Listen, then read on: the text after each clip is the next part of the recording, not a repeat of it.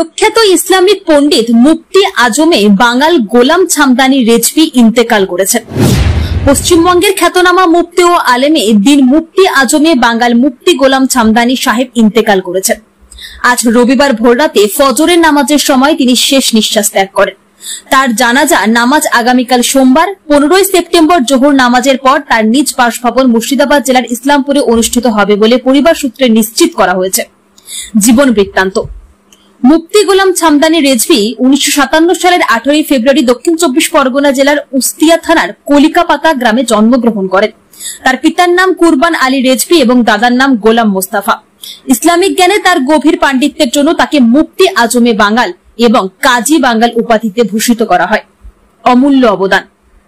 তিনি ছিলেন একজন বিশিষ্ট লেখক, গবেষক ও অনুবাদক। তার কলমে 100-এরও বেশি ছোট বড় গ্রন্থ রচিত হয়েছে, যা বাংলাভাষী মুসলিম সমাজে ইসলামিক জ্ঞান চর্চার অমূল্য সম্পদ হিসেবে বিবেচিত। তিনি নিজে লিখেছেন, অনুবাদ করেছেন এবং সংকলন করেছেন।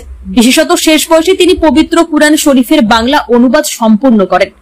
পশ্চিমবঙ্গে সুন্নি মতাদর্শের প্রচার প্রসার এবং কলমে জিহাদে তার ভূমিকা ছিল অত্যন্ত গুরুত্বপূর্ণ ও তুলনাহীন। তার শিক্ষকতা জীবন শুরু হয় 1975 সালে হুগলি জেলার জাঙ্গিপাড়া সীতাপুর এন্ডাউমেন্ট সিনিয়র মাদ্রাসায় সহশিক্ষক হিসেবে যোগদানের মাধ্যমে। 1977 সালে তিনি মুর্শিদাবাদ জেলার দৌলতাবাদ থানার 6ঘড়ি কিআই সিনিয়র মাদ্রাসায় চলে আসেন এবং 2017 সালের 28 ফেব্রুয়ারি এই প্রতিষ্ঠান থেকে অবসর গ্রহণ করেন। 1978 সাল থেকে তিনি নিয়মিত লেখালেখির মাধ্যমে তার দ্বীনি খিদমত শুরু করেন। তিনি সারা জীবন বিভিন্ন ছোট বড় সুন্নি সংগঠনকে পরিপূর্ণতা দান করেছেন এবং বাংলার মুসলিম সমাজের জন্য এক অনুপম দৃষ্টান্ত রেখে গেছেন। তার ইন্তেকাল বাংলার আলেমে দিনদের একটি বিরাট শূন্যতা সৃষ্টি করেছে। তার প্রতি শ্রদ্ধা জানাতে এবং দোয়া করতে উপস্থিত হওয়ার জন্য সকলকে আগামীকাল ইসলামপুরে তার জানাজায় অংশগ্রহণের অনুরোধ জানানো হয়েছে। তারিখ ও সময় সোমবার 15 সেপ্টেম্বর জোহর নামাজের পর। স্থান তার নিজ বাসভবন ইসলামপুর মুর্শিদাবাদ। খবরটি আরো বেশি মানুষের কাছে পৌঁছে দিতে অনুগ্রহ করে শেয়ার